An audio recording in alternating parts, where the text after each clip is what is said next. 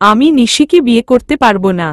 রায়হানের মুখে এ ধরনের কথা শুনে সবাই কিছুটা অবাক হল। রায়হান নিশিকে ভালোবাসে সবাই জানে, আর নিশি তো আগে থেকেই রায়হানকে খুব করে চায়।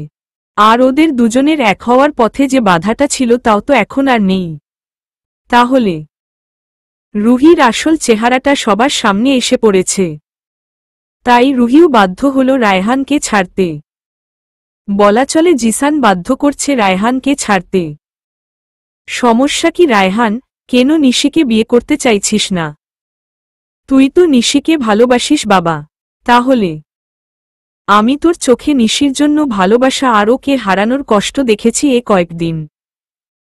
তাহলে এখন আবার কি হলো? নিশি দাঁড়িয়ে রায়হানের কথাগুলো শুনছিল।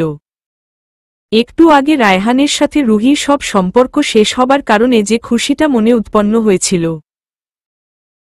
সে খুশিটা নিমিষে আবার শেষ হয়ে গেল। নিশি স্থির দৃষ্টিতে রায়হানের দিকে তাকিয়ে আছে। রায়হান নিশির দিকে একবার তাকিয়ে জিসানের সামনে এসে দাঁড়াল। সরি ইয়ার, আমি জানি তুই আমার উপর রাগ করবি, কিন্তু আমি খুব ভেবেই বলছি। আসলে ভুলটা আমার। নিজের ছোট বোনের ঘরে নড় দেওয়াটা ঠিক হয়নি।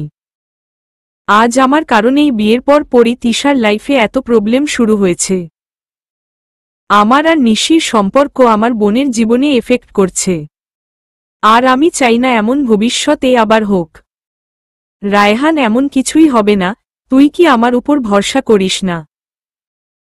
জিসান রায়হানকে আশ্বাস দেওয়ার চেষ্টা করছে। জিসান, আমি জানি তুই তিশার হাত কখনোই ছাড়বি না, কিন্তু তুই বুঝতে পারছিস না, আমার আর নিশির বিয়ের পর যদি এমন কোনো ঘটনা ঘটে বা ঝগড়া হয় বা কোনো কারণে নিশি আমার উপর আপসেট হয়, তাহলে ভাই হয়ে তোরও এসব ভালো লাগবে না। আর না চাওয়া সত্ত্বে তিশার সাথে তোরও একটা মনোমালিন্য সৃষ্টি হবে। আর তখন না তুই সইতে পারবি না তিশা। আর তখন তিশার উপর একটা অভিমান জমা হবে পরিবারের সবার মনে। সম্পর্কের মধ্যেও ফাটল ধরবে। একটি সম্পর্কের জন্য আমি আমার বাকি সম্পর্কগুলোকে নষ্ট হতে দিতে পারব না। ভাইয়া, এসব কি বলছো? এমন কোনো কিছু হবে না। তুমি শুধু শুধু অহেতুক টেনশন করছো। তিশা। রায়হান তিশার গালে হাতটা রেখে, আমার রাগটা যে এ কয়েকদিন নিশি তোর উপর ঝাড়ত এটা কিন্তু আমার অজানা নয় বোন। আর এটা যে ভবিষ্যৎ হবে না তারও কোনো গ্যারান্টি নেই। তাই আমি চাই না আমার লাইফের কোনো ঝড় এসে তোকে ছিন্ন বিচ্ছিন্ন করে দেখ। ভাইয়া প্লিজ। তিশা। রায়হান আর কিছুই বলল না, বের হয়ে গেল বাসা থেকে। অনেক ভেবেই এই সিদ্ধান্ত নিয়েছে রায়হান। ও জানে এর জন্য আবার নিশি কষ্ট পাবে।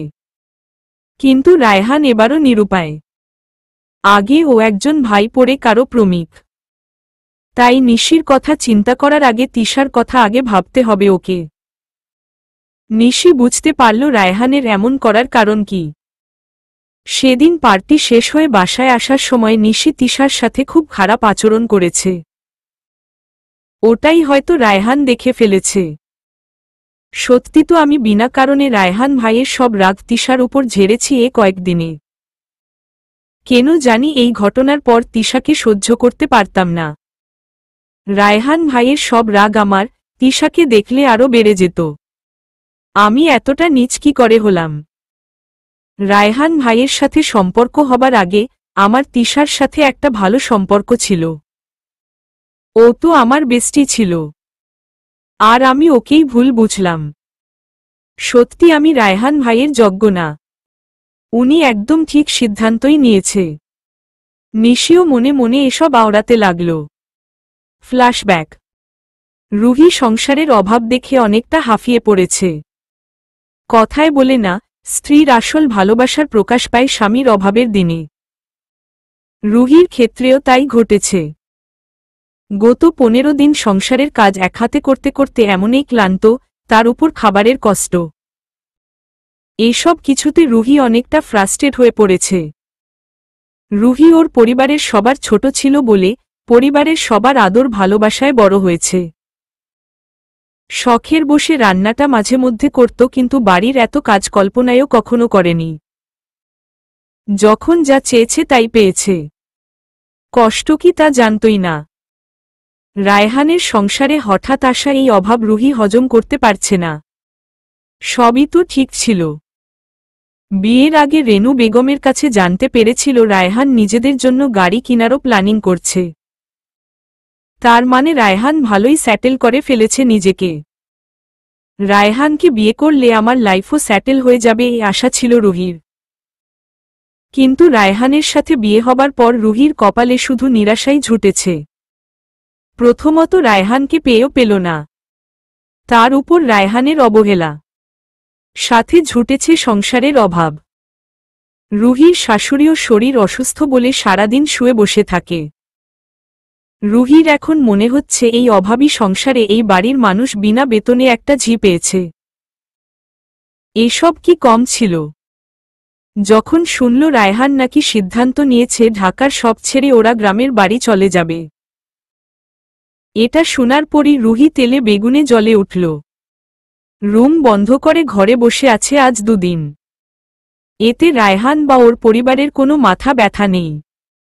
তবে হঠাৎ নিজ বাসায় রুহির বাবা মাকে দেখে রায়হান একটু অবাক হল আজ। রুহির বাবা মা রায়হান আর ওর মার মুখ দেখেই বুঝতে পারল তাদের আসার কথা রুহি নিশ্চয়ই বলেনি। রুহির বাবা মা ড্রয়িং রুমে বসার কিছুক্ষণ পরই রুহিও বের হয়ে আসলো রুম থেকে। ওকে একদম স্বাভাবিক লাগছে, ওকে দেখলে কেউ বুঝাবেই না এই মেয়ে 2 দিন না খেয়েছিল। রুহির বাবা মা আসার কিছুক্ষণ পরই রুহি রায়হানকে উদ্দেশ্য করে বলল, রায়হান তুমি তোমার বাবা মাকে গ্রামে পাঠিয়ে দেও। আর তুমি আর আমি এখন থেকে আমার আব্বু আম্মুর সাথে আমাদের বাসায় থাকব। ওখানে তোমার কোনো অসুবিধে হবে না। রুহির কথায় রায়হান রেগে যায়, আর ইউ মেড, তুমি ভাবলে কি করে আমি আমার বাবা মাকে ছেড়ে তোমার সাথে তোমাদের বাড়িতে ঘর জামাই হয়ে থাকব? আর আঙ্কেল আপনারাও কি এসব বলতে এসেছেন এখানে? রুহির বাবা রায়হানের কথায় মাথা নেড়ে সায় দিল। আসলে তাদেরও কিছুই করার নেই, রুহি নিজের বাবা মাকেও ব্ল্যাকমেল করে এখানে আসতে বাধ্য করেছে। তারা এসে রুহি আর রায়হানকে তাদের সাথে নিয়ে না গেলে আত্মহত্যা করবে রুহি। নিজের মেয়ের জিদের কাছে এবারও নত হতে হলো তাদের। রায়হান আমি তোমার মর্জি জানতে চাইনি, আমি আমাদের জন্য যেটা ভালো হবে সেটাই সিদ্ধান্ত নিয়েছি। আর এটাই ফাইনাল। আমার কথা না মানলে জানোই তো কি হবে। রুহি একটা শয়তানি হাসি দিয়ে। রায়হান রাগে স্থির দৃষ্টিতে রুহির দিকে তাকিয়ে আছে। এটা তো হবারই ছিল। রুহি কেমন মেয়ে রায়হান খুব ভালো করেই জানে। এই মেয়ে কোনো দিনও ভালো হবে না। আসলে ও একটা সাইকো। হঠাৎ কারো ভারী কণ্ঠে সবার দৃষ্টি তার দিকে।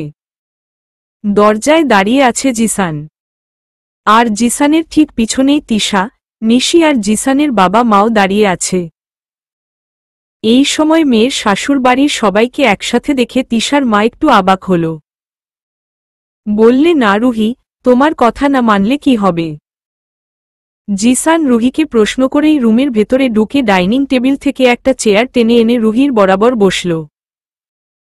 রুহি জিসানের কথার জবাব না দিয়ে উল্টো রেগে গেল নিশিকে দেখে। এই মেয়ে এখানে কি করে রায়হান? তোমার সাহস কি করে হলো ওকে এই বাসায় আনার?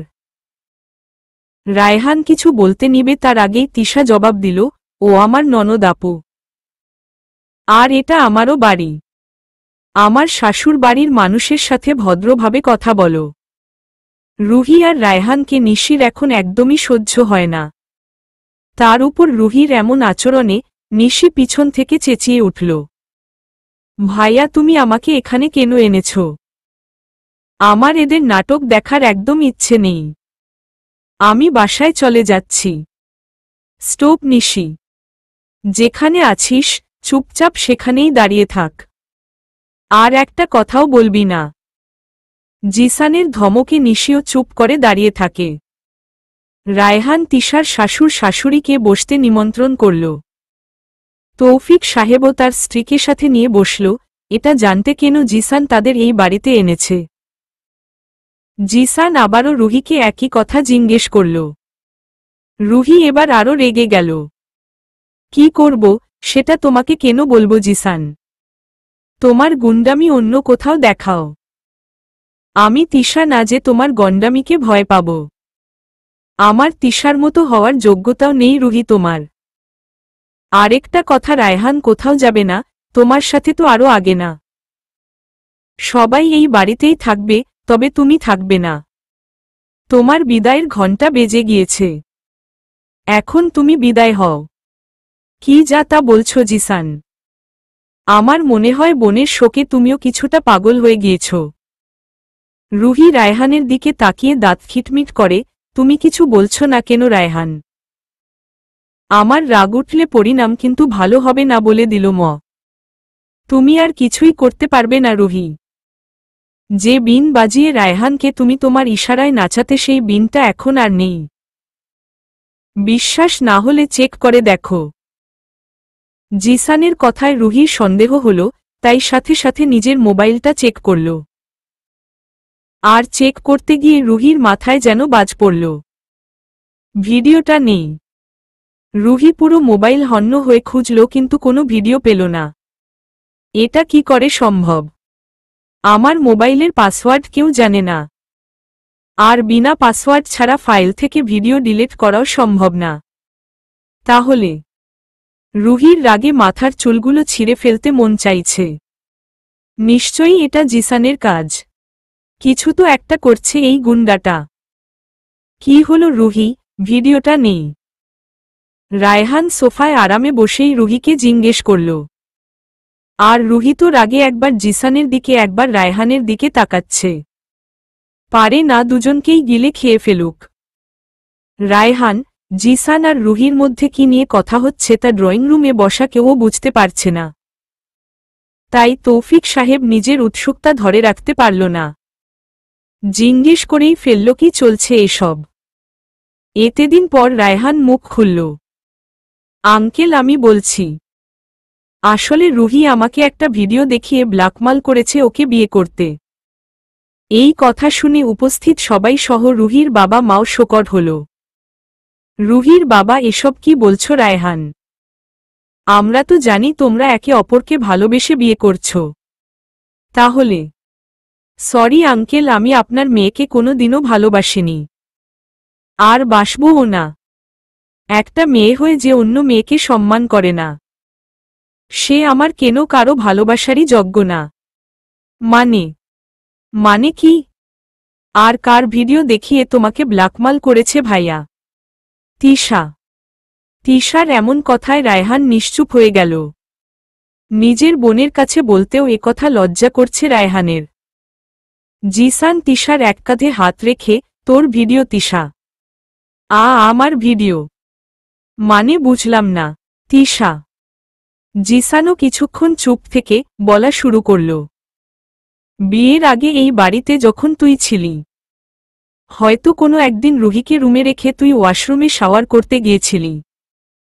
আর রুহি তখন ওর মোবাইলের ক্যামেরা দিয়ে তা ভিডিও করে ফেলে, যাতে সুযোগ বুঝে রায়হানকে ওটা দিয়ে ব্ল্যাকমেল করতে পারে। তিশা এই কথা শোনার পর নিজেকে আর ঠিক রাখতে পারে না। প্রচণ্ড ভেঙে পড়ে, একটা মেয়ে এতটা খারাপ কি করে হতে পারে? তিশা বুঝতে পারে না, এটা যদি দুর্ঘটনাবশত ভাইরাল হয়ে যেত বা অন্য কারো কাছে ভিডিওটা চলে যেত, তখন কি হতো? ভাবতেই তিশা কেঁপে উঠল। অতিরিক্ত টেনশনে তিশা মাথা ঘুরে পড়ে যেতে নিলে জিসানের আগেই নিশি ধরে ফেলে। তিশার প্রতি সব রাগ যেন নিমিষেই দূর হয়ে যায় এসব জানার পর নিশির। কারো কিছু বলার আগেই তিশার মা রেনু রুহির গালে ঠাস করে কয়েকটা চড় মারে। উপস্থিত সবাই কিছুটা অবাক হলেও কেউ কিছু বলে না। এটা হবারই কথা। একজন মা নিজের মেয়ের সম্মান নিয়ে খেলতে আসা মানুষটিকে সামনে পেলে উত্তেজিত হওয়াটা স্বাভাবিক। শামসুর রহমান নিজের স্ত্রীকে শান্ত করার চেষ্টা করে। রুহির বাবা মা লজ্জায় মাথা নত করে বসে আছে। মেয়ে জেদি তা জানত, কিন্তু মেয়ে যে এতটা নিচে নেমে যাবে তা হয়তো স্বপ্নেও ভাবেনি তারা। রুহি এখনও অনুতপ্ত নয় তার কর্মের জন্য, তাই সবার উদ্দেশ্যে বলে, আমি রায়হানকে পাওয়ার জন্য আর ওর বউ হবার জন্য এতটা নিচে নেমেছি। আর আমি আমার উদ্দেশ্যে সফলও হয়েছি। তাই এখন এই ভিডিও থাকুক বা না থাকুক তাতে কিছু আসে যায় না। রায়হান আমার শুধু আমার এখন। পাগলের মতো চিল্লিয়ে, রুহি তোমাকে একটা জাদু দেখাই, দেখবে। জিসান বলছে রুহিকে। রুহি নিশ্চুপ। হঠাৎ দুজন ছেলে আর টুপি পরা দাড়িমোচে ভরপুর হুজুর টাইপ একজন ভদ্রলোক প্রবেশ করল তিশাদের ড্রয়িং রুমে। রুহি এদের দেখেই চিনে ফেলেছে, কারণ এই টুপি পরা লোকটাই রুহি আর রায়হানের বিয়ে পড়িয়েছে। আর তার পাশের দুটো ছেলে সাক্ষী হিসেবে সই দিয়েছিল। এই দুজন রায়হানের বন্ধু। কিন্তু এরা এখানে কি করে তা বুঝতে পারছে না। পরক্ষণে রুহির চোখগুলো মনে হয় এখনই বেরিয়ে পড়বে এটা দেখে। টুপি পরা ভদ্রলোকটি তার টুপি, নকল দাড়ি, মোচ খুলে সম্পূর্ণ গেটআপ চেঞ্জ করে দাঁড়িয়ে আছে। রুহি রায়হানের দিকে তাকিয়ে দেখে রায়হান মুচকি মুচকি হাসছে। রুহির তাকানো দেখে রায়হান নিজেই বলে উঠে, কি হলো রুহি? শোকড, তুমি ভাবলে কি করে তোমার মতো মেয়েকে আমি বিয়ে করব? তুমি যখন বারবার বিয়ের জন্য ব্ল্যাকমেল করা শুরু করলে তখন আমি সত্যিই খুব ভেজালের মধ্যে পড়ে গিয়েছিলাম। বুঝতে পারছিলাম না কি করব, কিভাবে তোমার থেকে ভিডিওগুলো নিয়ে ডিলিট করব। আর ভিডিওটা কি শুধু তোমার মোবাইলে আছে নাকি অন্য কোথাও এর কপি রেখেছ সব না জেনে উত্তেজিত হয়ে কিছুই করা যাবে না। খুবই চিন্তায় পড়ে গিয়েছিলাম, কিছুই বুঝতে পারছিলাম না কি করব। তবে এর জন্য যে সময়ের প্রয়োজন এতটুকু বুঝতে পেরেছি। আর তোমাকে চোখে চোখে রাখারও। তুমি যতই কাছে থাকবে ভিডিওটা ডিলিট করতে অতই ইজি হবে আমার। যেহেতু জিসান তখন বিড়িতে ছিল না তাই সব আমাকেই করতে হয়। আমি আমার ক্লোজ ফ্রেন্ডসদের সাথে মিলে তোমার বিয়ে করার ইচ্ছাটা পূরণ করি। তবে আমরা নাটক ভেবে আর তুমি সত্য ভেবে বিয়েটা করে ফেলো। তিশার কথা চিন্তা করে আমি জিসানকেও এই ভেজালে ঝরাতে চাইনি। মাত্রই তো কয়দিন হলো ওদের বিয়ে হয়েছে। আর বিয়ের পরেই এত ভেজালে ঘিরে গেল ওদের জীবন। কিন্তু জিসান থেকে বেশিদিন লুকাতেও পারলাম না।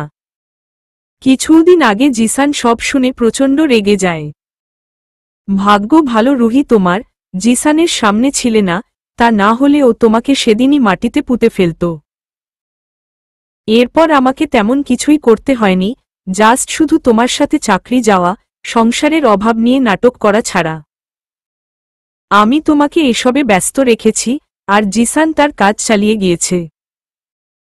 সবার প্রথমে আমরা জানতে পারি ভিডিওর কোনো এক্সট্রা কপি তুমি করনি। তোমার মাথায় হয়তো প্রশ্ন ঘুরছে কিভাবে?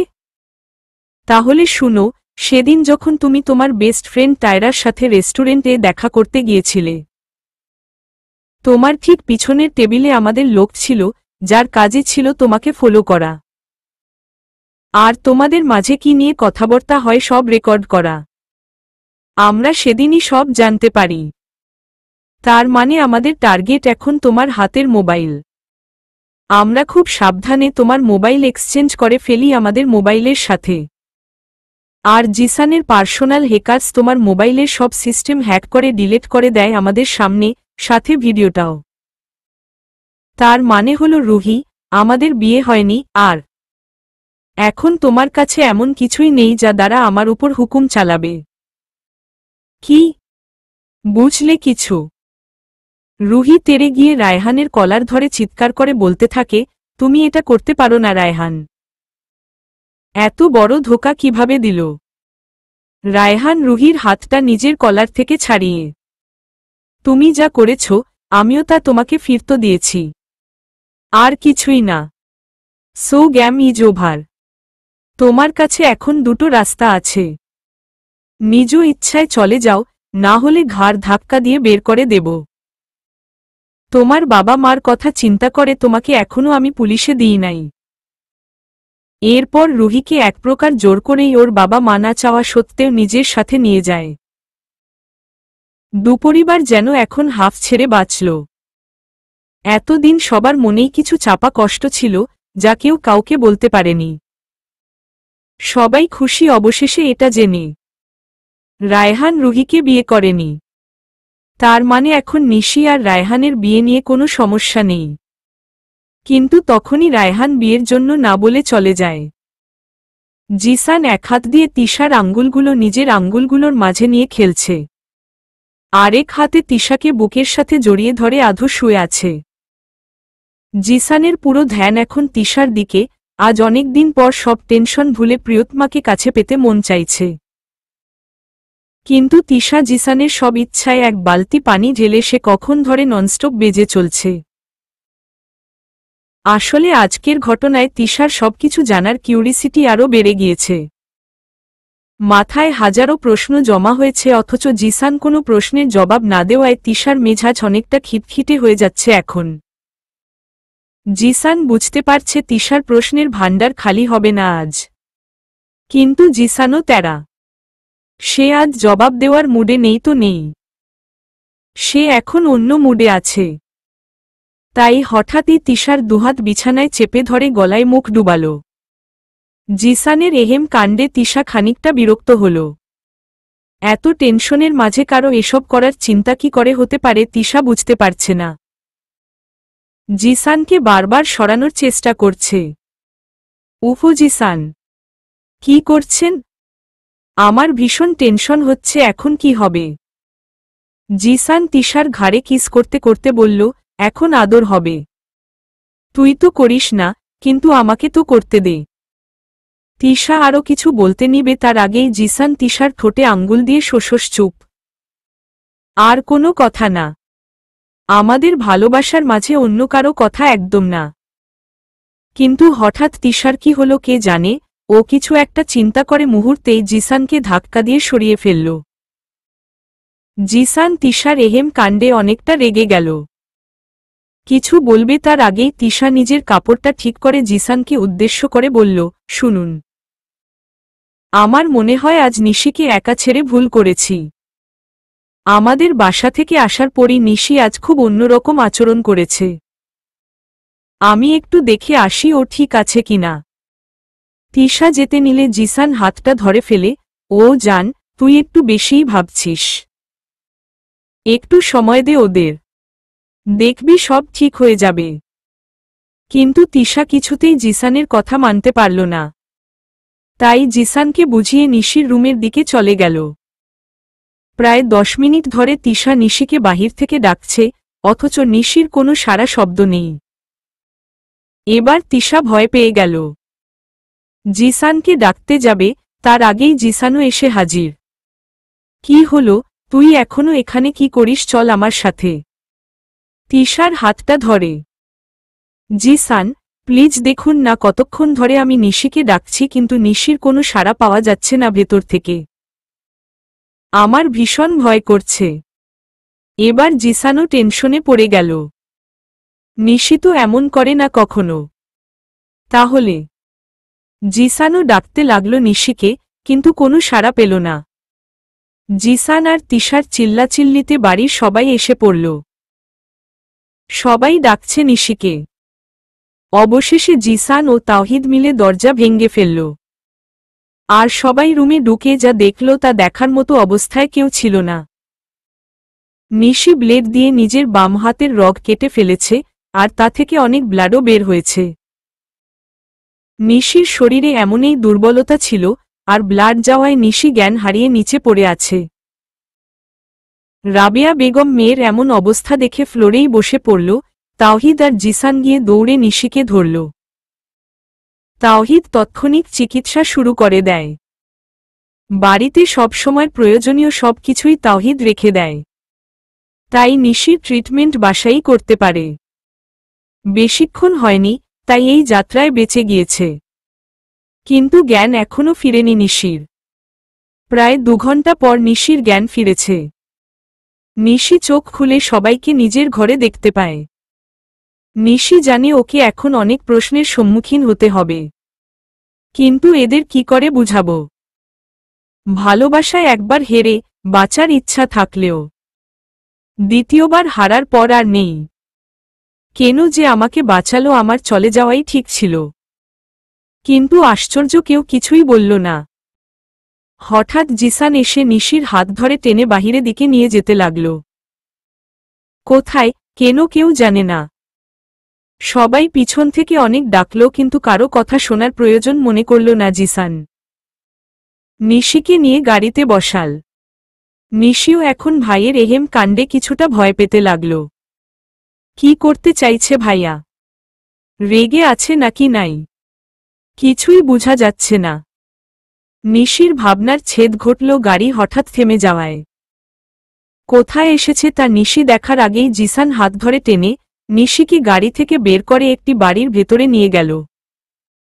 কলিং বেল বাজানোর কিছুক্ষণ পরই রায়হান দরজা খুলে। এত রাতে জিসানকে দেখে একটু অবাক হল।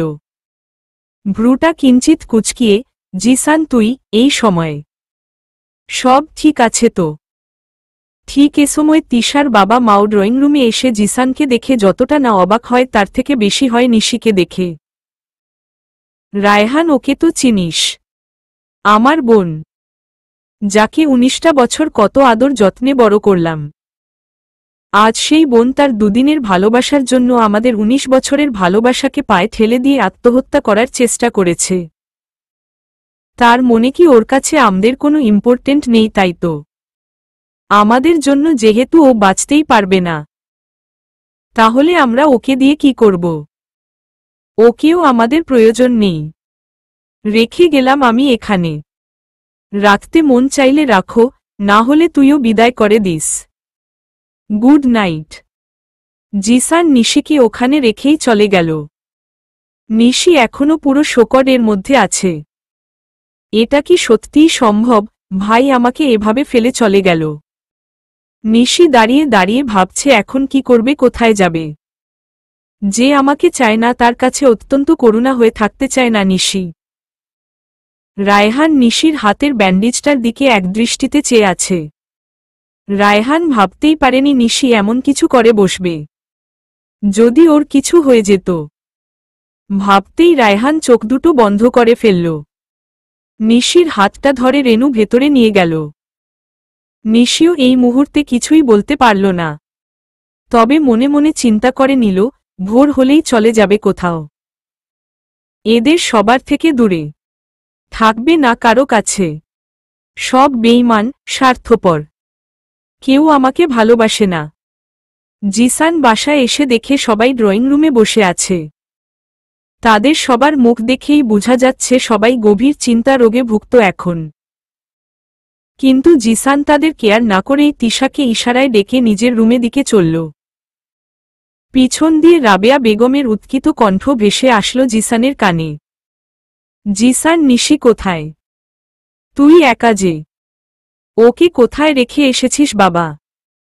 জিসান সিঁড়ি বেয়ে উপরে উঠতে উঠতে মাকে বলল, মা তোমার মেয়ে যেখানে থাকার কথা সেখানেই আছে। চিন্তা করো না, গিয়ে ঘুমাও, কাল সকাল হলেই চলে আসবে। জিসানের মা ছেলের যাওয়ার দিকে তাকিয়ে আছে। তৌফিক সাহেব বুঝতে পেরে রাবেয়াকে শান্ত হতে বলল। কিছুক্ষণ পর যে যার রুমে চলে গেল। জিসান গাড়ির চাবিটা রেখে পিছনে ঘুরেই দেখে তিশা কেমন সন্দেহ চোখে তাকিয়ে আছে। কি হলো? আমাকে এভাবে দেখার কি আছে? এই সত্য করে বলেন তো নিশিকে কোথায় রেখে এসেছেন? তিশা। জিসান নিজের পাঞ্জাবিটা খুলে সোফায় রেখে বিছানায় একটু আরাম করে বসে, তোর কি মনে হয়? দেখুন কথা ঘুরাবেন না। তিশা। ওকে, কাছে আসো আগে, তারপর বলি। না, একদম না। আপনার কি যে মতলব আমি খুব ভালো করেই বুঝি। যা বলার ওখান থেকেই বলেন। আর এমন সিরিয়াস সময়ও আপনার মাথায় এমন উদ্ভট চিন্তা আসে কি করে? আরে, আমি আবার কি করলাম? তুই আমাকে কেন রাগ দেখাস? দেখ, নিশি হয়তো ডিপ্রেশনে ছিল তাই এমন একটা পদক্ষেপ নিয়েছে। কিন্তু আমার মাথায় এটাই আসছে না ও এমন একটা ভোঁতা ব্লেড দিয়ে হাত কাটতে গেল কেন। আমার মনে হয় কি ও রায়হানকে একটা ধাক্কা দেওয়ার জন্য এমন একটা ঘটনা ঘটিয়েছে, আত্মহত্যা করার জন্য না। তিশা এবার জিসানের কাছে এসে, সত্যি। জিসান তিশাকে নিজের কোলে বসিয়ে কোমরটা জড়িয়ে ধরে। আমার মনে হয় এমনি। সকালে তোর ভাই আমার বোনকে একটা শিক্ষা দেওয়ার জন্য নিশিকে বিয়ে করতে পারবে না বলে এমন একটা ড্রামা করল। আর এখন নিশিও রায়হানের সাথে তাই করেছে। দুটো পুরোই নাটকবাজ। তাই দুটোকে একসাথে করা দরকার ছিল। আরে ভাই, নিজেদের ঝামেলা নিজেরা মিটা। শুধু শুধু ওদের দুজনের কারণে আমার মুডেরও বার্তা বাজিয়ে দিয়েছে। মানে, রায়হান ভাই কেন নিশির সাথে এমন ড্রামা করেছে আপনি জানেন? জিসান তিশার কাঁধে একটা কিস দিয়ে, দেখ নিশি যে রায়হানের উপর রাগগুলো তোর উপর ঝাড়ত এটা আমাদের সবারই জানা। ভবিষ্যতে নিশি যাতে এমন আর না করে তারই একটা ছোট ওয়ার্নিং দেওয়ার জন্যই রায়হান নিশিকে বিয়ে করবে না বলেছে। আপনি কি করে জানেন? ভাইয়া বলেছে। জান, এত প্রশ্ন কিভাবে করিস? এই অধম স্বামীর উপরও একটু মায়া কর। সারাদিন অফিসের এত প্যারা সামলিয়ে বাসায় আসি একটু রিল্যাক্স হতে। তিশাকে একটু শক্ত করে জড়িয়ে আর তোর কাছে এলে সারাদিনের ক্লান্তি আমার নিমিষেই যেন দূর হয়ে যায়। তিশাকে নিজের দিকে গড়িয়ে সারাদিন পর শুধু রাতেই তোকে একটু কাছে পাই। আর আমি চাই এ সময়টুকু শুধু আমরা আমাদের কথা বলি, আমাদের ভালোবাসার কথা বলি। সারা দুনিয়ার কি হয়েছে তা নিয়ে পরেও আলোচনা করা যাবে। আর তোকে তো আগেই বলেছি, আমি বেঁচে থাকতে তোকে এসব নিয়ে একদম ভাবতে হবে না। আমি সব ঠিক করে দিব। কোনো ঝামেলা তোর কাছে আসতে হলে আগে আমাকে পার করতে হবে। তাই বলছি বউ, আপনি নিজেকে একটু শান্ত রাখুন আর আমাকেও একটু শান্তি দেন। তাই নাকি? আহারে কত কষ্ট আমার স্বামীর মনে। তিশা জিসানের গাল দুটো টেনে বলে। আরে কি করছিস? আমি কি ছোট বাচ্চা? আমার গাল টানিস? কই, আমি মনে করলাম আমাকে চুমো দিয়ে আমার কষ্টগুলো দূর করবি, তা না করে। উহু, আমার বয়েই গেছে উনাকে আদর করতে। তিশা, তাই নাকি? দাঁড়া, তোকে তো আজ জিসান তিশাকে আবারও আবদ্ধ করে ফেলল নিজের মাঝে। একে অপরকে ভালোবেসে আরও একটি রাত ওদের কেটে গেল। নিশি তিশার রুমে বিছানায় হেলান দিয়ে ফ্লোরে বসে আছে। শুধু বসে আছে বললে ভুল হবে, ফুফিয়ে ফুফিয়ে কাঁদছে। ওর ধারণা ওকে কেউ ভালোবাসে না, কারো কাছে ওর প্রয়োজন নেই। হঠাৎ মনে হলো ওর পাশে কেউ বসে আছে। ঘাড় গুড়িয়ে দেখে সত্যি রায়হান ঠিক ওর পাশে বসে আছে। তবে রায়হানের দৃষ্টি যে এখনো নিশির কাটা হাতটির উপর তা নিশি বুঝে গেলে। রায়হানের বুকে মাথা রেখে খুব কাঁদতে মন চাইছে নিশির। কিন্তু রায়হান তো এখন ওকে চায় না, কবেই বা নিশিকে চাইছে। তাই একটু অভিমানে রায়হান থেকে একটু দূরে সরে বসতে নিলে রায়হান হঠাৎ নিশির কোমর ধরে নিজের কোলে বসাল।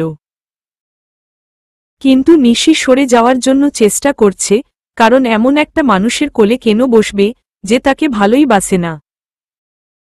রায়হান নিশির হাত দুটো ধরে, হাত কেন কেটেছিস? জানিস মন তো চাইছে তোকে কামড়িয়ে লাল করে ফেলি। কিন্তু তোর ভাই জানে আমি অত্যন্ত ভদ্র ছেলে, তাই নিজের রাগটাকে সংযত করলাম। জাহান্নামে যান আপনারা সব, আমার কাউকে লাগবে না।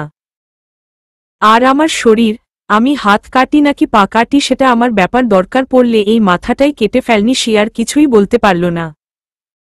সাথে সাথে নিশির ওষ্ঠগুলো নিজের ওষ্ঠদ্বয়ের মধ্যে নিয়ে নিল রায়হান। রায়হানের এহেম আচরণে নিশি বরফের মতো জমে গেল। এর আগে রায়হান কখনো এমন কিছু করেনি নিশির ধারণা অনুযায়ী। তাই নিশি বুঝতে পারছে না এই মুহূর্তে কি করা উচিত। কিন্তু রায়হানের কোনো দিকে কোনো খেয়াল নেই। সে তো মত্ত আজ তার ভালোবাসার মানুষের মাঝে। নিজের মাঝে দাবিয়ে রাখা নিশির প্রতি ওর ভালোবাসাগুলো আজ প্রকাশ পেয়ে গেল। রায়হান পারল না আজ নিজেকে আটকাতে। নিশির আত্মহত্যা করার কথা শুনে ভীষণ ভয় পেয়ে নিশিকে কাছে টেনে নিয়েছে। পারবে না রায়হান নিশিকে হারাতে। নিশিকে হারিয়ে বাঁচবে কি করে? কিছুক্ষণ পর রায়হান নিশিকে ছেড়ে দিয়ে কপালে কপাল লাগালিয়ে বলল। নিশি খুবই সফট ভয়েজে, আই লাভ ইউ সুইটহার্ট। অনেক ভালোবাসি তোকে, পারবো না ছাড়তে তোকে। বউ হবি আমার, লক্ষ্মী বউ। নিশি যেন বিশ্বাসই করতে পারছে না। রায়হান অবশেষে ওকে আই লাভ ইউ বলেছে। নিশির সব স্বপ্ন যেন মুহূর্তেই পূরণ হয়ে গেল। নিশিও সব রাগ অভিমান দূরে ফেলে রায়হানের বুকে ঝাঁপিয়ে পড়ল। রায়হানের বুকে মাথা রেখেই কাঁদতে লাগল। রায়হান ও নিশিকে নিজের সাথে মিশিয়ে নিল। রায়হান জানে এই কান্না কষ্টের না, বরং কিছু পাওয়ার। আহমেদ বাড়ি আজ নতুন আমেজে মেতে আছে। পুরো বাড়িটি সিম্পলের মধ্যে খুব সুন্দর করে সাজানো হয়েছে। কাল থেকে নিকট আত্মীয় স্বজন এসে বাড়িটিতে ভিড় জমিয়েছে। রাবেয়া বেগমও ব্যস্ত হয়ে পড়েছে অতিথিদের আপ্যায়নে। একমাত্র মেয়ের বিয়ে বলে কথা। আশা ছিল অনেক ধুমধামে মেয়েকে বিয়ে দিবে, কিন্তু রায়হান এসব চায় না। ঘরোয়াভাবেই বিয়েটা সেরে ফেলতে চায়। নিশির আত্মহত্যার পর রায়হান আর কোনো রিস্ক নিতে রাজি না। ওর নিজের প্রাণটা লুকিয়ে আছে এই মেয়েটার মধ্যে, কিন্তু এই মেয়েটা যে কখন আবার কি করে বসে আল্লাহই জানে। তবে এই মেয়েটিকে ছাড়া যে রায়হান নিঃশ্বাস নেওয়ার কথা ভাবতে পারে না। তাই নিজের জন্য হলেও এই মেয়েকে যত তাড়াতাড়ি সম্ভব নিজের করে ফেলা, যাতে কেউ ওদের মাঝে আর আসতে না পারে, আর ওর পাখিটি যাতে আর উড়াল দিতেও না পারে। তবে এই বিয়েতে আত্মীয় স্বজনদের মধ্যে কেউ কেউ যে খুশি না, তা কিছু মানুষের মুখ দেখেই বুঝে গেলেন রাবেয়া। কিন্তু এতে তার কিছু যায় আসে না। ধন দৌলত দিয়ে উনি কখনো কাউকে যাচাই করেননি। তাই তো ছেলে সাধারণ ঘরের মেয়ে পছন্দ করাই কোনো আপত্তি ছিল না তার। আর রায়হান, তাকে তো সেই ছোট থেকে দেখে এসেছে। ধন সম্পদ কম হলেও ছেলেটি যে কোনো হীরার চেয়ে কম না। আর এমন একটি হীরাই খুঁজছিল রাবেয়া নিজের মেয়ের জন্য। আর আজ পেয়েও গেল। সকাল থেকে তিশাও ব্যস্ত, একমাত্র ননদের বিয়ে বলে কথা। হিসেবে একমাত্র ভাইয়েরও বিয়ে। তাই তো কাল সারাদিন নিজের বাড়ির সবকিছু গুছিয়ে দিয়ে আজ আবার শ্বশুর বাড়ির দায়িত্বও পালন করছে। একটু কষ্ট হলেও দুবারই সামলাচ্ছে খুব সুন্দর করে। তবে এসবে কষ্ট না হলেও কিছু আত্মীয় স্বজনের খোঁচা মারা কথাগুলো কেমন যেন সুইয়ের মতো বিঁধছে তিশার গায়ে। তবুও নিজেকে এই মুহূর্তে শান্ত রাখার চেষ্টা করছে। কারণ একটাই, জিসান জানতে পারলে বিয়ে বাড়িতে হুলস্থুল লাগিয়ে দেবে এই লোকটি। তিশা রেডি হচ্ছে, কারণ ওকে এখন আবার যেতে হবে ভাইকে হলুদ ছোঁয়াতে। আর সেই হলুদ আবার নিশির জন্য নিয়ে আসতে হবে। একদিনে সব আয়োজন হওয়ায় একটু বেশি পেরেশানিতে পড়তে হয়েছে ওকে।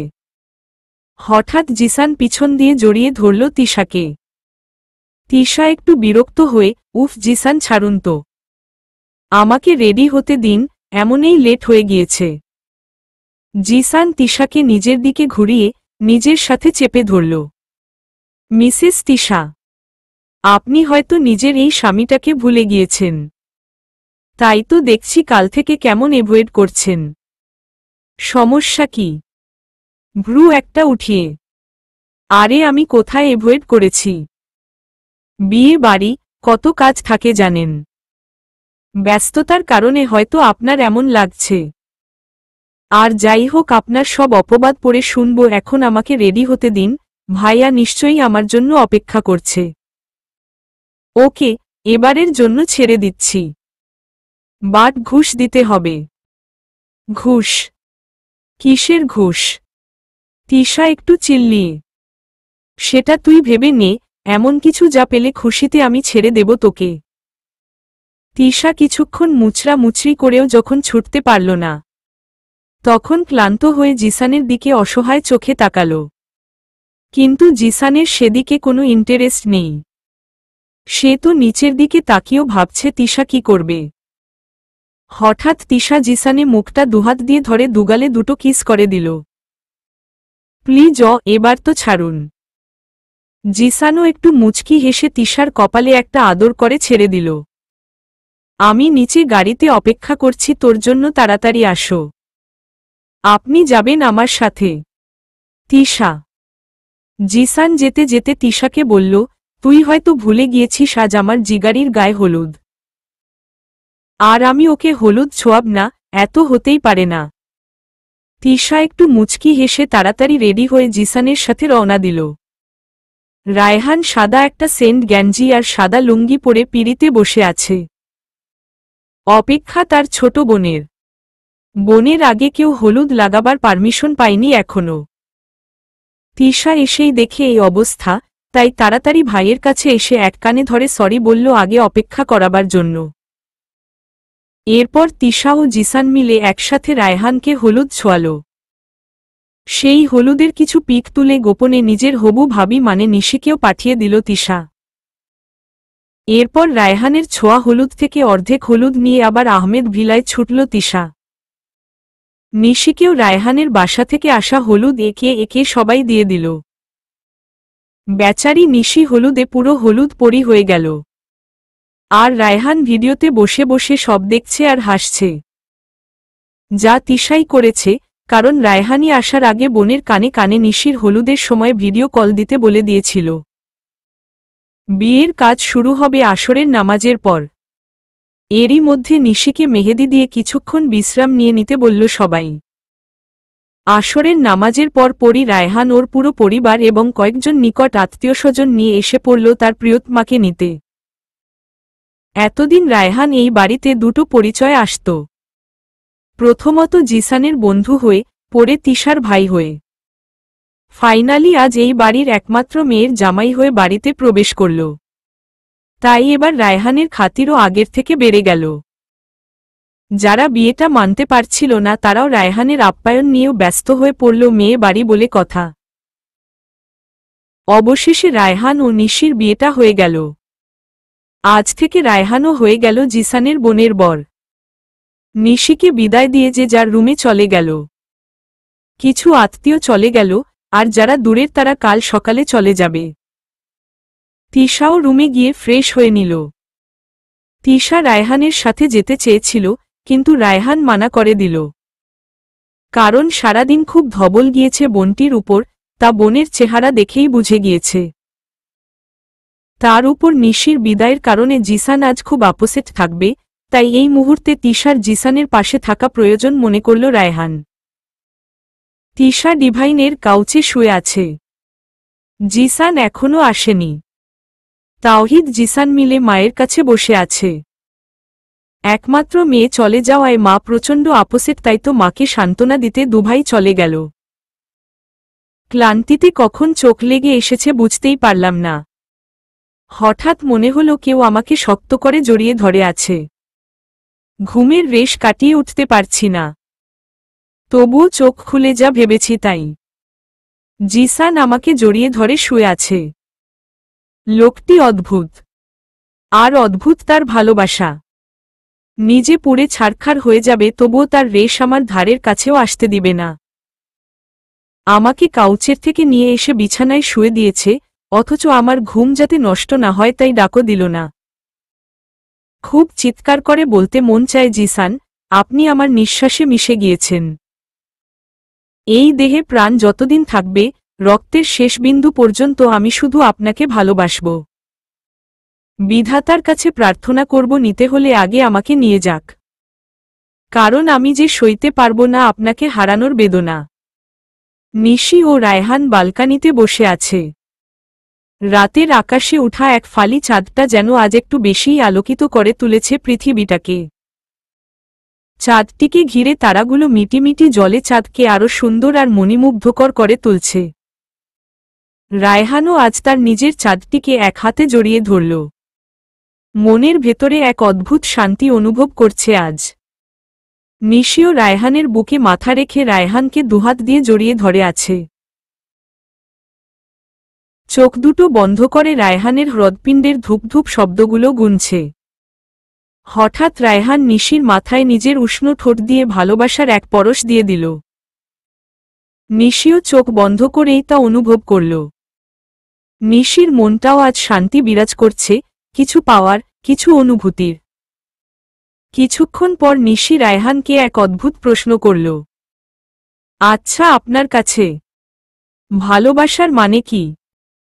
রায়হান কিছুক্ষণ নিশির দিকে তাকিয়ে থেকে দৃষ্ট সরিয়ে রাতের তারাময় আকাশের দিকে তাকাল। ভালোবাসা মানে এক অসাধারণ ফিলিং, যাকে ধরতে চাইলে ধরা যায় না, আবার ছাড়তে চাইলে ছাড়াও যায় না। কারো কাছে ধোঁয়াশা, কারো কাছে নেশা। ভালোবাসার মানুষটির কপালে হালকা করে একটা চুম্বন দিয়ে তাকে আই লাভ ইউ বলা, এটি হল পৃথিবীর সবথেকে সুন্দর 3টি ওয়ার্ড।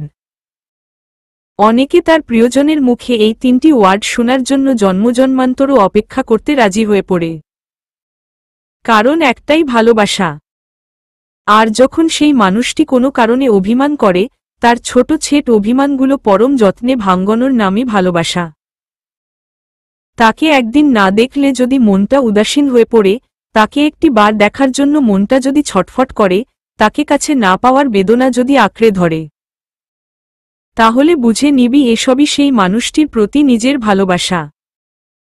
তবে মাঝে মাঝে দূরে থাকার নামও ভালোবাসা হয়, মাঝে মাঝে প্রিয়জনটির মুখের হাসির জন্য তার ভালোর জন্য দূরে চলে যাওয়ার নামও ভালোবাসা। ভালোবাসার সমঙ্গা এক একজনের কাছে এক এক রকম, কিন্তু অনুভূতিগুলো সবার একই। হঠাৎ রায়হান নিশিকে কোলে তুলে নিল আর আস্তে আস্তে রুমের ভেতর প্রবেশ করতে লাগল।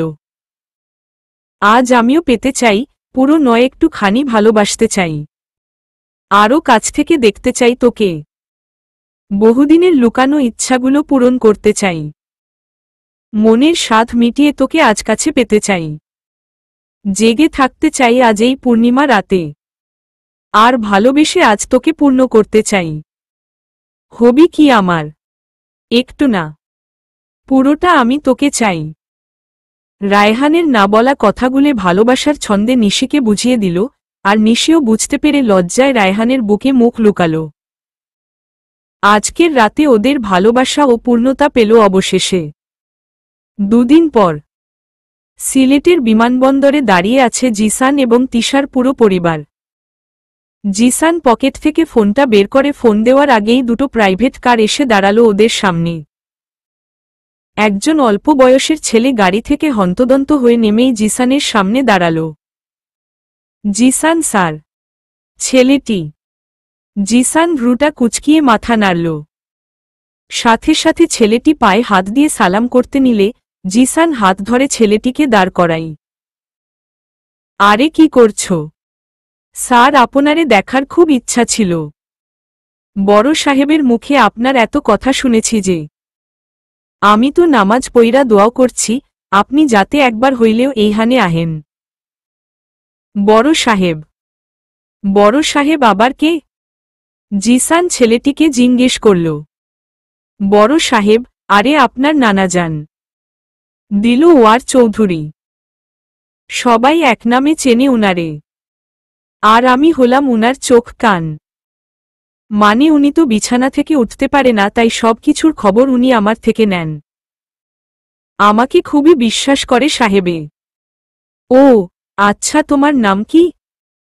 আমার নাম মোকলেস ভাইজান। মোকলেস? নিশি বলেই হেসে উঠল, কিন্তু জিসানের চোখ রাঙানো দেখে বেচারির হাসিটা বন্ধ হয়ে গেল এবং রায়হানের পাশে গিয়ে দাঁড়িয়ে পড়ল। কারো নাম নিয়ে ফাইজলামি বা হাসাহাসি কোনোটাই করতে নেই। জিসান কথাটা গম্ভীর কণ্ঠেই বলল নিশিকে। রায়হান চোখের ইশারায় সরি বলতে বললে নিশিও মাথা নেড়ে সরি বলে মোকলেসকে। ও কিছু না ভাইজান, আমার নামটাই এমন। না চাইতেও হাসি এসে পড়ে। আপনি হুধাহুধি আপাজানকে বইকেন না তো? আপাজান আমি কিছুই মনে করি নাই। এটা ঠিক না মোকলেস। যাই হোক শুনো, আর কখনো পায়ে ধরে সালাম করবে না। আমাদের ধর্মে পায়ে ধরে সালাম করার কোনো রীতি নেই। মুখের সালামই যথেষ্ট। মনে থাকবে? যে ভাইজান। থাকবে। এবার চলো সবাই গাড়িতে উঠি। জিসান। দুটো মাইকোর মধ্যে একটাতে তিশা ও জিসানের বাবা মা, সাথে তাওহিদ ও তানজিলাও বসেছে তারিনকে সাথে নিয়ে। আরেকটাতে জিসান, তিশা, রায়হান ও নিশি বসেছে। আর সামনে ড্রাইভার এর সাথে মোকলেস বসে আছে। গাড়িটি শো শো করে ছুটে চলছে পান্তুমাই গ্রামের পথে। এয়ারপোর্ট রোড দিয়ে এগিয়ে যাওয়ার সময় চোখে পড়ে সবার লাক্কাতুরা ও মালনীছড়া চা বাগান। পান্তুমাই যাওয়ার জন্য আগে যেতে হবে গোয়াইনঘাটের শালুটিকরে। এই রাস্তা ধরেই শালুটিকর হয়ে 1.5 ঘন্টা সময় লাগবে হাদারপাড় বাজার যেতে। তবে এই 1.5 ঘন্টায় প্রকৃতি দেখিয়ে দেবে তার অপরূপ সৌন্দর্য। কারণ হাদারপাড় বাজারে যাওয়ার আগেই মেঘালয়ে দেওয়ালের ন্যায় দাঁড়িয়ে থাকা উঁচু উঁচু সারিবদ্ধ পাহাড়গুলোও স্বাগতম জানাতে থাকবে সবাইকে। গাড়িতে বসেই দেখতে পাওয়া যাবে পাহাড়ের বুক চিরে বয়ে আসা ঝর্ণাগুলো, যা প্রতিনিয়ত হাতছানি দিয়ে ডাকে নিজের কাছে আসতে। দূর থেকে আসা শাঁসা শব্দ শুভ্র জলের এক নতুন অনুভূতিতে নিয়ে যাবে। দেখলে মনে হয় জলধারাগুলো যেন লেপ্টে আছে সবুজ পাহাড়ের গায়ে। পাহাড়ি আঁকাবাঁকা পথ পাড়ি দিয়ে গায়ের মেঠো পথ, বাঁশ বাগান, হাঁটু জলের নদী পার হয়ে আসে প্রতাপপুর গ্রাম। আর এই গ্রামের পরের গ্রামই পান্তুমাই গ্রাম। পান্তুমাই চোখ জুড়ানো একটি গ্রাম, একে অনেকে পান্থুমাইও বলে। প্রকৃতির এই অপরূপ সৌন্দর্য দেখতে দেখতে কখন যে ওরা চৌধুরী ভিলার সামনে এসে পড়ল টেরি পেল না। চৌধুরী ভিলা বাড়িটি অনেকটা পুরাতন জমিদার বাড়ির মতো, তবে বিশাল জায়গা জুড়ে। হয়তো কিছুদিন আগে বাড়িটিতে নতুন রং করা হয়েছে, যার কারণে বাতাসে নতুন রঙের ঘ্রাণটাও নাকে এসে সাড়া দিচ্ছে। মায়ের জন্মস্থানে এই প্রথম জিসানের পদধূলি পড়ল। এক অদ্ভুত অনুভূতি হচ্ছে মনে, যা আগে কখনো হয়নি। জিসানের আসার কথা শুনে বাড়ির সবাই বাহিরে এসে পড়ে। হঠাৎ দুজন মধ্যবয়স্ক লোক এসে জিসানকে জড়িয়ে ধরে। তারা যে কাঁদছে তা জিসান স্পষ্ট বুঝতে পারে। তবে এই মুহূর্তে জিসানের কি বলা উচিত তাই জানে না। তৌফিক সাহেব এসে জিসানকে বয়স্ক ব্যক্তি দুজনের সাথে পরিচয় করিয়ে দেয়। জিসান, উনি হল তোমার বড় মামা রুহুল আমিন চৌধুরী আর ছোট মামা রশিদ চৌধুরী। আর ভাইজান, এ হল আপনাদের ছেলে জিসান। আমিন এবং রশিদ চৌধুরী তৌফিক সাহেবকেও জড়িয়ে ধরে ধন্যবাদ জানায় জিসানকে এখানে নিয়ে আসার জন্য। দরজায় দাঁড়িয়ে থাকা 3 জন মেয়েকে রশিদ চৌধুরী ইশারা করল সামনে আসতে। মেয়ে 3টিও দৌড়ে সামনে আসলো, মনে হয় ওরা এটার জন্যই অপেক্ষা করছিল। আমিন চৌধুরী জিসানকে সামনে দাঁড় করিয়ে মেয়েগুলোকে বলে, ভাই চাই বলে এত বছর মাথাটা তো খারাপ করে ফেলেছিলে। এই দেখো ভাই এসে পড়েছে। এই হলো তোমাদের ভাই জিসান। আর জিসান ও সবার বড় ঝর্ণা আমার মেয়ে। এবার অনার্স 3rd ইয়ারে পড়ছে। আর এই যে সেম চেহারা দুজনকে দেখছ, এরা হলো তোমার ছোট মামার মেয়ে মুনিয়া এবং ফাতেমা। ওরা এবার ইন্টারে উঠেছে। মুনিয়া ও ফাতেমা যমজ বোন। ঝর্ণা, মুনিয়া ও ফাতেমা জিসানের দিকে তাকিয়ে আছে। আসলে ওরা যে জিসানকে দেখে কতটা খুশি তা ওদের মুখই বলে দিচ্ছে। মুনিয়া আর ফাতেমা তো জিসানকে বলেই দিল, ভাই কান ইউ হাগ ইউ প্লিজ। বোনদের এ ধরনের আবদার শুনে জিসান কিছুটা অপ্রস্তুত হয়ে পড়ল। সাথে বোনদের জন্য কষ্টও হল। সাথে সাথে জিসান হাত বাড়ালো বোনদের দিকে। মুনিয়া ফাতেমা খুশি হয়ে জিসানকে জড়িয়ে ধরল। সবার ছোট ফাতেমা তো কেঁদেই দিল। এত লেট করে কেন এসেছ ভাই? জানো তোমার জন্য কত অপেক্ষা করছি। জিসান বোনের মাথায় হাত দিয়ে, সরি সিস্টার, ভুল হয়ে গিয়েছে। যদি জানতাম আমার এমন সুইট লিটল বোনেরা এখানে আমার জন্য অপেক্ষা করছে তাহলে আরও আগেই চলে আসতাম। মুনিয়া ঝর্ণাকে বলছে, আপু এখন আমাদেরও একটা ভাই আছে, আমরাও সবাইকে বলবো। আমাদের মাথাও একটা ছায়া আছে। জিসান মুনিয়ার মাথায় হাত দিয়ে, একটা না, তোমরা একসাথে 2টো ভাই পেয়েছ আজ। জিসান তাওহিদকে ইশারা করল সামনে আসতে। তাওহিদকে দেখিয়ে ঝর্ণা, মুনিয়া ও ফাতেমাকে বলল, এই দেখো এ হলো আমার বড় ভাই, তাহলে তো তোমাদের ভাই তাই না? ফাতেমা খুশি হয়ে তাওহিদের এক হাত জড়িয়ে ধরে বলল, ওয়াও, আমরা একসাথে 2টো ভাই পেয়ে গেলাম। ঠিক যেমন টুথপেস্টের সাথে ব্রাশ ফ্রি পাওয়া যায়। জিসান ও তাওহিদ একে অপরের মুখ চাওয়াচাওয়ি করে জোরে হেসে দিল। জিসান, দিস এই টু মাচ। নিশি কি কম ছিল? সাথে আল্লাহ আরেকজনকে পাঠিয়ে দিল নিশির সাথী হিসেবে। নিশি দুভাইয়ের কথা শুনে চেঁচিয়ে সামনে আসলো, কি বললে ভাই, আর এসব বলার মনে কি? জিসান ফাতেমাকে ইশারা করে নিশিকে দেখিয়ে বলল, ও হলো আমার বোন আর তোমার সাথী। ছোটবেলায় নিশিও এমন আজগুবি কথা বলত, ঠিক তোমার মতো। পরিবারের সবাই দূর থেকেই ভাইবোনের খুনসুটি দেখে মনে মনেই এক শান্তি অনুভব করছে এত বছর পর। জিসান রাবেয়া বেগমের হাতটি ধরে বাড়ির ভেতরে প্রবেশ করল। রাবেয়া বেগম ছেলের এমন কাণ্ডে খুশিতে চোখে জল এসে পড়ল।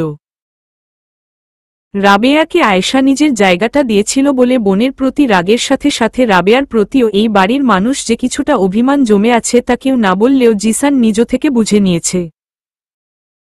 কিন্তু রাবেয়া কখনো কোনো কিছুর প্রভাব জিসানের উপর পড়তে দেয়নি। তাই আজ মাকে সাথে নিয়েই এই বাড়ির দরজায় দিয়ে ভেতরে প্রবেশ করল। আর সবাইকে বুঝিয়ে দিল, জিসান তার মায়ের কোনো প্রকার অপমান কিন্তু সহ্য করবে না। জিসানের মুখের না বলা কথাগুলো সবাই বুঝে নিল। তাই সদরে জিসানসহ পুরো পরিবারকে চৌধুরী বাড়ির সবাই গ্রহণ করে নিল। জিসান এখন বসে আছে দিলওয়ার চৌধুরীর রুমে। নানাজানের সাথে খুব স্বাভাবিকভাবেই কথা বলল। দিলওয়ার চৌধুরীও তৌফিক আহমেদ ও রাবেয়া বেগমের কাছে ক্ষমা চাইল। আর চির কৃতজ্ঞতা প্রকাশ করল রাবেয়ার কাছে। এমন মা পাওয়া সত্যি বিরল, যে কিনা নিজের সতীনের ছেলেকে এত আদর যত্নে বড় করে তুলেছে। জিসান না জানলেও দিলওয়ার চৌধুরী তার মেয়ের একমাত্র নিশানির খোঁজখবর সব সময় নিয়েছে। আর এও জানতে পেরেছে জিসানের প্রতি রাবেয়ার অবিরাম ভালোবাসার কথা। তাই এত বছর দিলওয়ার চৌধুরী জিসানের সামনে আসেনি। উনি চায়নি মা ছেলের এই ভালোবাসায় কোনো ব্যাঘাত ঘটুক। কিন্তু জীবনের শেষ পর্যায়ে নিজের নাতিকে একবার দেখার ইচ্ছা জেগেছে তার মনে। আর সবথেকে বড় কথা, উনি চায় তার নাতিও একবার এসে তার মায়ের সুন্দর স্মৃতিগুলো অনুভব করুক। জিসান তিশাকে ইশারা করলে তিশাও দিলওয়ার চৌধুরীর সামনে এসে সালাম করে। দিলওয়ার তিশাকে ইশারা করে নিজের কাছে এসে বসতে। তিশাও গিয়ে নানাজানের পাশে গিয়ে বসে পড়ে। দিলওয়ার তিশার হাতটা ধরে, ধন্যবাদ ডিয়ার। আমি জানি আমার নাতির এখানে আসার পিছনে তোমারই অবদান আছে। আমি কিন্তু সবই জানি তোমাদের সম্পর্কে। আমার নাতিটা নাকি তোমায় বলতে পাগল। তো এই পাগলের সাথে সংসার করো কিভাবে?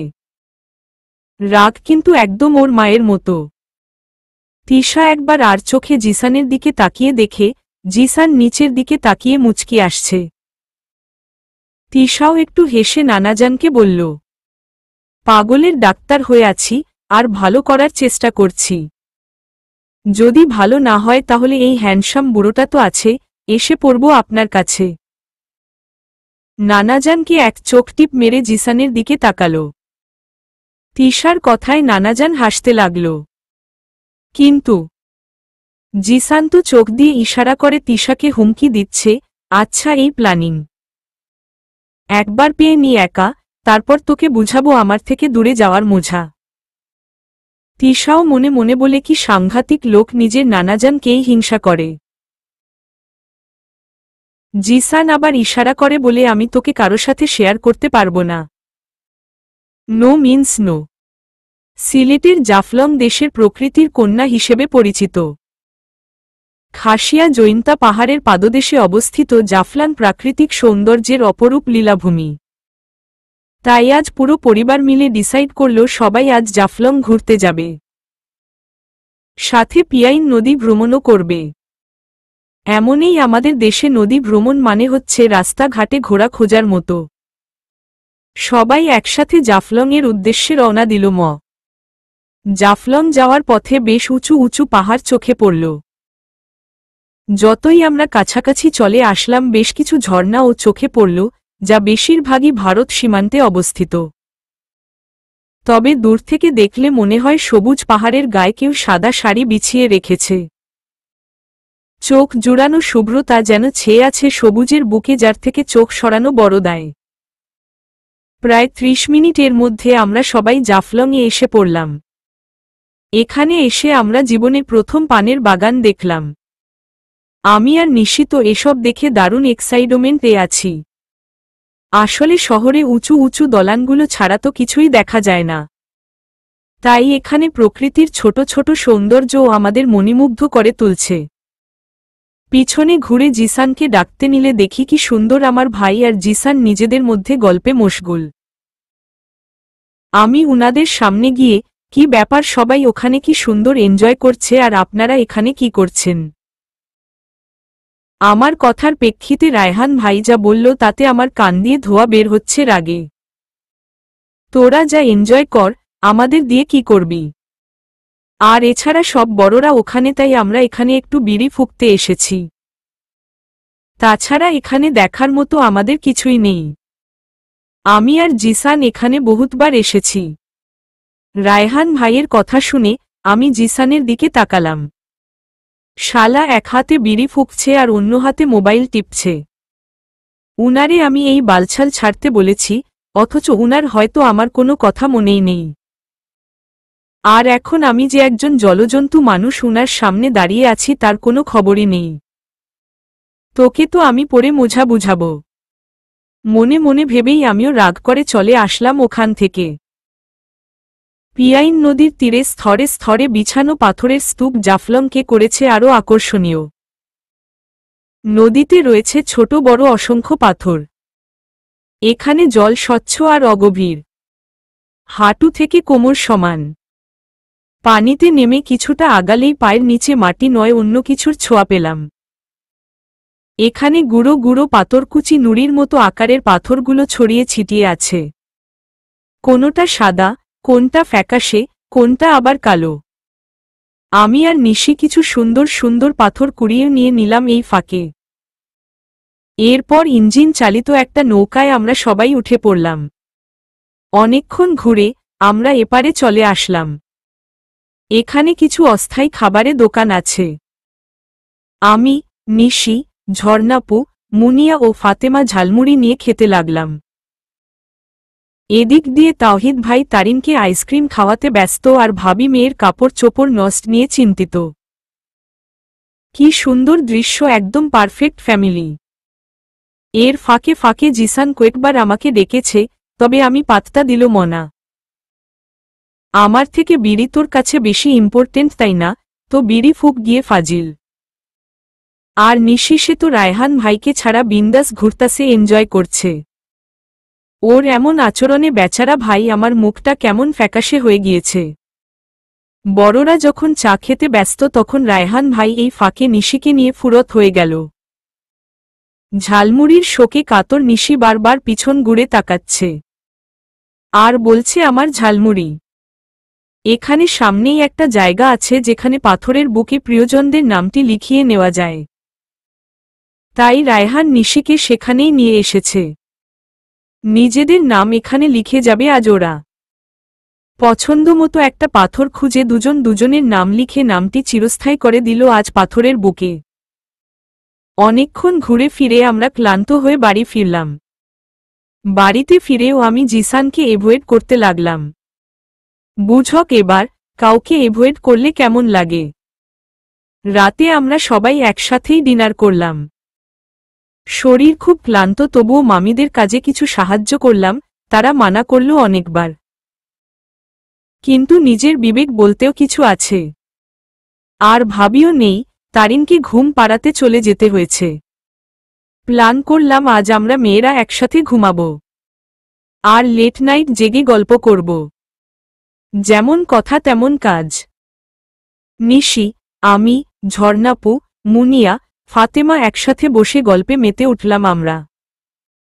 রায়হান করিডোরের বারান্দায় দাঁড়িয়ে রাগে ফুসফুস করছে। ঠিক তখনই জিসান এসে, ওই আমার বউ কে দেখেছিস? রায়হান একটু বিরক্তে হয়ে, তোর বউ আমার বউকে নিয়ে পার্টি করছে মানে? জিসান ভ্রুটা কুঁচকিয়ে, মানে হলো, তোর বোনেরা আর আমার বোন মিলে প্ল্যানিং করছে উনারা আজ একসাথে থাকবে। আর আমাদের আজ একা একা ঘুমাতে বলে গিয়েছে। আরে তোর তো বিয়ে হয়েছে বেশ কিছুদিন হলো, কিন্তু আমার তো 1 সপ্তাহ হয়নি ইয়ার, আর এখনই বউকে নিয়ে চলে গেল। আমাকে জ্বালাতে বেশ ভালোই মজা লাগছে এদের জানিস। জিসান রায়হানের দিকে তাকিয়ে, তোর বোনটা আজ একটু বেশিই উড়ছে, বুঝলি? সকাল থেকে ওর নাটক দেখছি, সারাদিন এভয়েড করে চলছে। একবার হাতে পাই তারপর বুঝাচ্ছি। রায়হান ফোনে নিশিকে মেসেজ করতে করতে বলছে, আগে পেয়ে নে, আজ রাত আর কেউ ধরা দেবে না। জিসান দাঁতে দাঁত কটমটিয়ে চলে গেল। তিশাকে দেখে নিবে আজও। নিশি, তিশা, ঝর্ণা, মুনিয়া, ফাতেমা 5 জন মিলে তুমুল গল্পে মেতেছে। মুনিয়া আর ফাতেমার স্কুলের থাকাকালীন কি দুষ্টুমি করেছে এসব শুনে সবাই হাসিতে গড়াগড়ি করছে। মুনিয়া ও ফাতমা মেয়ে দুটো খুব চঞ্চল, এমন এমন কথা বলে যে না হেসে পারা যায় না। তবে ঝর্ণাপু একটু গম্ভীর প্রকৃতির, খুব কম কথা বলে। তবে না বলে পারছি না, ঝর্ণাপু দেখতে খুব সুন্দর, ঠিক পাহাড়ি ঝর্ণার মতো শুভ্রতা যেন তার সারা মুখে বিরাজ করছে। জিসান ফাতেমাকে মেসেজ করল। ফাতেমা মেসেজটা পড়ে চুপচাপ কিছুক্ষণ বসে তিশা ও নিশির কথা শুনছে। আসলে মাথায় কিছু একটা বুদ্ধি আছে এই মেয়ে। মুনিয়াকে চোখের ইশারায় কি বুঝালো আল্লাহই জানে। মুনিয়া কাশতে লাগল হঠাৎ। বলাবহুল্য মেয়ে দুটো দারুণ স্ম্যাট, চোখ দিয়ে একজন আরেকজনকে বুঝিয়ে দেয় কি করতে হবে। মুনিয়ার কাশি দেখে আমি পানি দিতে গিয়ে দেখি পানি নেই জগে। ঝর্ণাপু পানি আনতে বাহিরে যেতে নিলে ফাতেমা চেঁচিয়ে উঠে, আপু তুমি কেন যাচ্ছ? ভাবি যাবে। কি ভাবি যাবে না? তিশা ফাতেমার কথার কোনো আগামাথা কিছুই বুঝল না, তাই জগটা নিয়ে রুম থেকে বের হলো পানি আনতে। তিশা পানি নিতে কিচেনের দিকে যেতে নিলেই হঠাৎ কেউ পিছন দিয়ে মুখটা চেপে ধরেই কানের কাছে মুখ নিয়ে হুসফস বলে, একদম চুপ যান, তা না হলে বাড়ির সবাই জেগে যাবে আর আমাকে চোর ভাববে। তিশার চিনতে আর বাকি রইল না, এটা ওরই হাজবেন্ড। তিশা নিজেকে ছাড়ানোর চেষ্টা করছে বলে জিসান এভাবেই তিশাকে টেনে রুমে নিয়ে গিয়ে ছাড়ল। তিশা তো রেগেমেগে ফায়ার। জিসানের দিকে তীক্ষ্ণ দৃষ্টিতে তাকাল। জিসান তিশার রাগের কোনো তোয়াক্কা না করেই সামনে এগোতে এগোতে বলতে লাগল, সমস্যা কি? সকাল ধরে এমন নাটক করছিস কেন? জিসানের এমন আগানোতে তিশা প্রথমে কিছুটা ভয় পেলেও এখন রাগ হল। কি? আমি নাটক করছি? তার মানে কি আমি নাটকবাজ? আর আপনি? আপনি কি সকালে আমাকে যে এভয়েড করছেন সেটা কি? আপনি করলে মহৎ আর আমি করলেই দোষী। সরুন, আমাকে যেতে দিন। আজ আমি ওই ঘরে ঘুমাবো ওদের সাথে। তিশা রাগ দেখিয়ে যেতে নিলে জিসান হাতটা ধরে হেঁচকা টান মারে। আর তিশা গিয়ে পড়ে জিসানের বুকে। তিশাকে নিজের সাথে চেপে ধরে, কি বললি তুই? এখানে এসে মনে হয় মুখটা একটু বেশি ফুটে গিয়েছে। নতুন কাউকে পছন্দ হয়েছে নাকি? হুম, হয়েছে তো। কেন আপনি জানেন না? কালই তো বললাম। এমনেও নানাজান আপনার থেকে বেশি হ্যান্ডসাম, আমি তো প্ল্যানিং। জিসান তিশাকে আর কিছু বলতে দিল না। এক ঝটকায় বিছানায় ফেলে দিয়ে তিশার উপর উঠে পড়ল। তিশা এতক্ষণ রণচণ্ডী হয়ে কথা বললেও এখন ভয় চুপছে গেল বেচারি। জিসান তিশাকে বিছানায় আটকে ফেলে, সাহস দেখি একটু বেশি হয়ে গিয়েছে তোর। আমার সামনে আরেকজন পুরুষের তারিফ করছিস?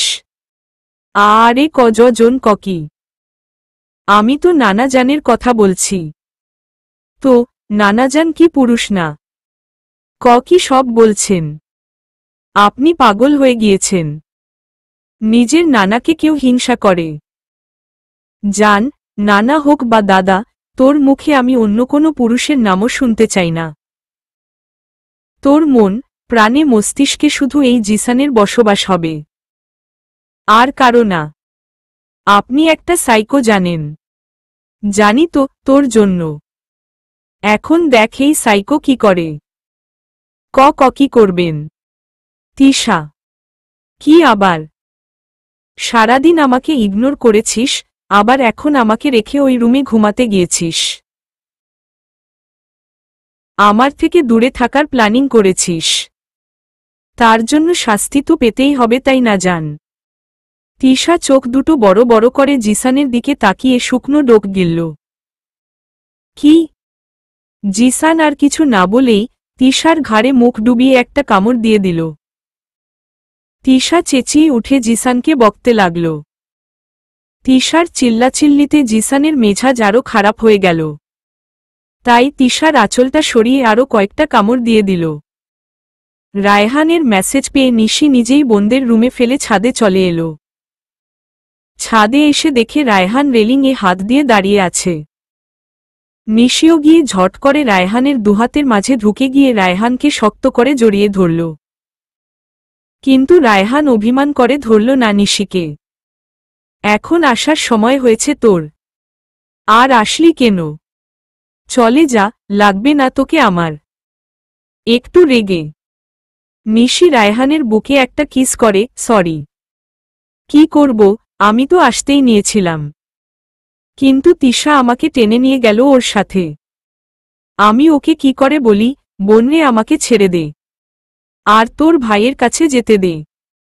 নিশি মাথাটা উঠিয়ে কি ভাববে ও। রায়হান এবার নিশির মুখটা নিজের দুহাতে ধরে ভাববে ওর বান্ধবী ওর ভাইয়ের প্রেমে পাগল হয়ে গিয়েছে।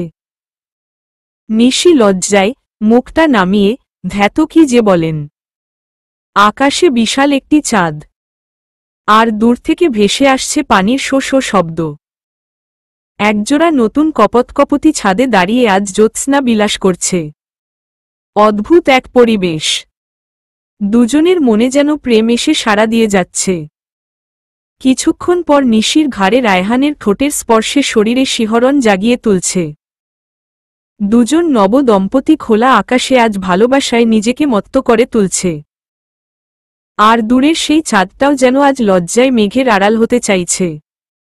আরও দুদিন কেটে গেল আমাদের এখানে।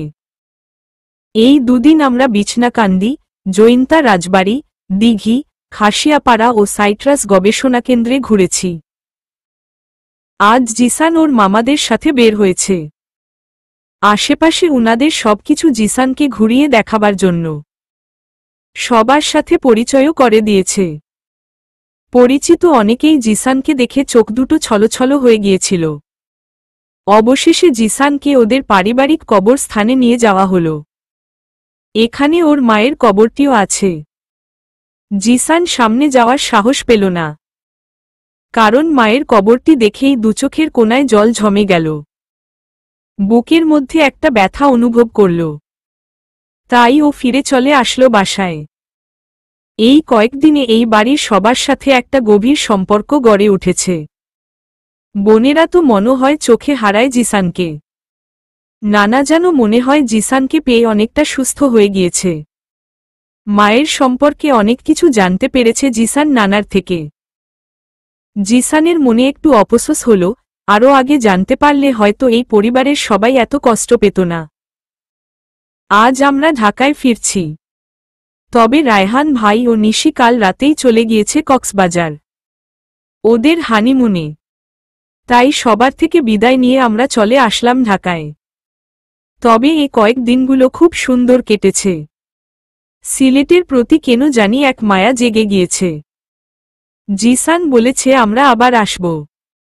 অবশ্যই আসব। সুখের দিনগুলো খুব ছোট হয় সত্যিই। দেখতে দেখতে কিভাবে যেন আমাদের বিয়ের 3 মাস পার হয়ে গেল। এই 3 মাসে আমার আর জিসানের ভালোবাসা কমেনি, বরং আগে থেকে অনেক বেড়েছে। ছোট খাটো মান অভিমানগুলো নিজেদের ভালোবাসা দিয়ে পূর্ণ করে দিয়েছি দুজনে মিলে। এরই মধ্যে একদিন ভার্সিটি গিয়ে জানতে পারলাম নীলুর বিয়ে ঠিক হয়ে গিয়েছে আবির ভাইয়ের সাথে। খুশিতে আমি তো লাফিয়ে উঠলাম। বেস্টির বিয়ে বলে কথা। কিন্তু পরক্ষণে হিটলারের কথা মনে করে মুখটা চুই হয়ে গেল। আমার চুপছে যাওয়া মুখখানি দেখে নিশি জিজ্ঞেস করল, সমস্যা কি? আমি নিশির দিকে তাকিয়ে, জিসান। তোর ভাই? মানে? নিশি মানে আবির ভাইয়ার নাম শুনলেই চেতে যায়। আমাকে কি বিয়েতে আসতে দেবে? মনে হয় না। আরে তুই বেশি চিন্তা করছিস। ভাইকে বুঝিয়ে বললেই হবে। দেখি। চল এবার উঠি। রাতে ডিনার করে রুমে এসে দেখি সাহেব আমার সোফায় বসে কাজ করছে ল্যাপটপে। কেমন জপনো চিন্তিত চিন্তিত লাগছে ওনাকে। তার মুখের বিষণ্ণতা দেখে তো আমার আর সাহসী হচ্ছে না বলতে। কি করি, কিভাবে বলি? বিছানায় বসে দাঁত দিয়ে নখ কাটতে কাটতে ভাবছি। জিসানের চোখ ল্যাপটপে থাকলেও ওর আশেপাশের কে কি করছে সবই ও খুব নিখুঁতভাবে পর্যবেক্ষণ করে। আর তিশাও যে কোনো বিষয় নিয়ে ছটফট করছে তা জিসানের বুঝার বাকি নেই। হঠাৎ জিসান ল্যাপটপে চোখ রেখেই তিশাকে ধমক দিল। কি করছিস এসব? এভাবে দাঁত দিয়ে নখ কাটছিস কেন? আর মুখটা সেই কখন ধরে পেঁচার মতো করে আছিস? সমস্যা কি? জিসানের ধমকে তিশার মনটা ভেঙে গেল। তাই রাগ করে চুপচাপ বিছানার অন্য পাশে শুয়ে পড়ল। বলবে না কিছু জিসানকে। হঠাৎ তিশার সাথে এমন আচরণ করাই জিসানও অবাক হল। রাগ উঠছে নিজের উপর এখন। শুধু শুধু মেয়েটাকে কষ্ট দিল। জিসানও ল্যাপটপটা বন্ধ করে শুতে চলে গেল।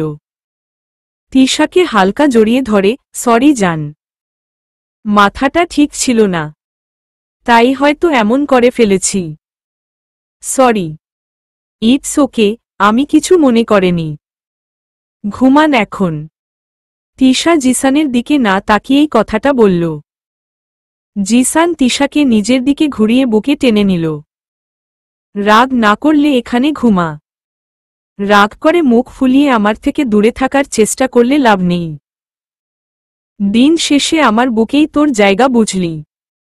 তিশা এবার হেসে দিল, আসলেই লোকটি পাগল। এবার বলতো কি ভাবছিলি? আসলে। বল। আমি শুনছি। নীলুর বিয়ে ঠিক হয়ে গিয়েছে। ও গ্রেট। এটা তো খুশির কথা। তাহলে তুই এত টেনশন কেন? বিয়ে আবির ভাইয়ের সাথে। তা তো জানি তো। আমি যাব? তাহলে যা, তোকে মানা করেছে কে? শপিং করার হলে করে ফেল, এটা বলতে এত ভাবার কি আছে? তিশা মাথাটা হালাকা উঠিয়ে জিসানের দিকে তাকাল। আমি ভেবেছিলাম আবির ভাইয়ের কারণে আপনি আমাকে যেতে দিবেন না। পাগল নি। আবিরের চ্যাপ্টার অনেক আগেই শেষ হয়ে গিয়েছে আমাদের জীবন থেকে। তাহলে এসব নিয়ে আজাইরা টেনশন একদম করবি না। ঠিক আছে। আমিও এখন জিসানকে শক্ত করে জড়িয়ে ধরে ঘুমানোর চেষ্টা করলাম। আর জিসান তিশার চুলে হাত বুলিয়ে ঘুম পাড়িয়ে দিচ্ছে। জিসান কিছু একটা নিয়ে টেনশন আছে। কি নিয়ে তা জিসানই জানে। কিন্তু এই টেনশনের ছায়া তিশার উপর পড়তে দিবে না। নিশি ও তিশা মিলে শপিং করে নিল। দুদিন পর নীলুর গায়ে হলুদ। জিসান, তিশা, রায়হান ও নিশিও গেল গায়ে হলুদে। রায়হান ও জিসান কাউকে চিনে না বলে তেমন আনন্দ না করতে পারলেও নিশি ও তিশা বেশ আনন্দও করছে নিশুর হলুদে। পরের দিন নীলুর ও আবিরের বিয়েটাও হয়ে গেল। আবির ভাই খুব পলিয়েটলি জিসানের সাথে হ্যান্ডশেক করে কথাবার্তা বলল। অবশেষে আমরা 3 বান্ধবী এখন বিবাহিত হয়ে গেলাম। এরপরও বেশ কিছুদিন ভালোই গেল আমাদের। তবে এরই মাঝে একদিন হঠাৎ জিসান কতগুলো পেপার এনে আমাকে বলল সাইন করতে। আমিও আর কিছু না বলে পেপারগুলো সাইন করে দিল। জিসান বলতে চেয়েছিল পেপারগুলোতে কি আছে, কিন্তু আমি শুনতে চাইনি। কি দরকার? আমি জানি জিসান বিনা কারণে কিছু করে না। এর পিছনেও কোনো কারণ আছে, যা সময় হলে আমি জেনে যাব।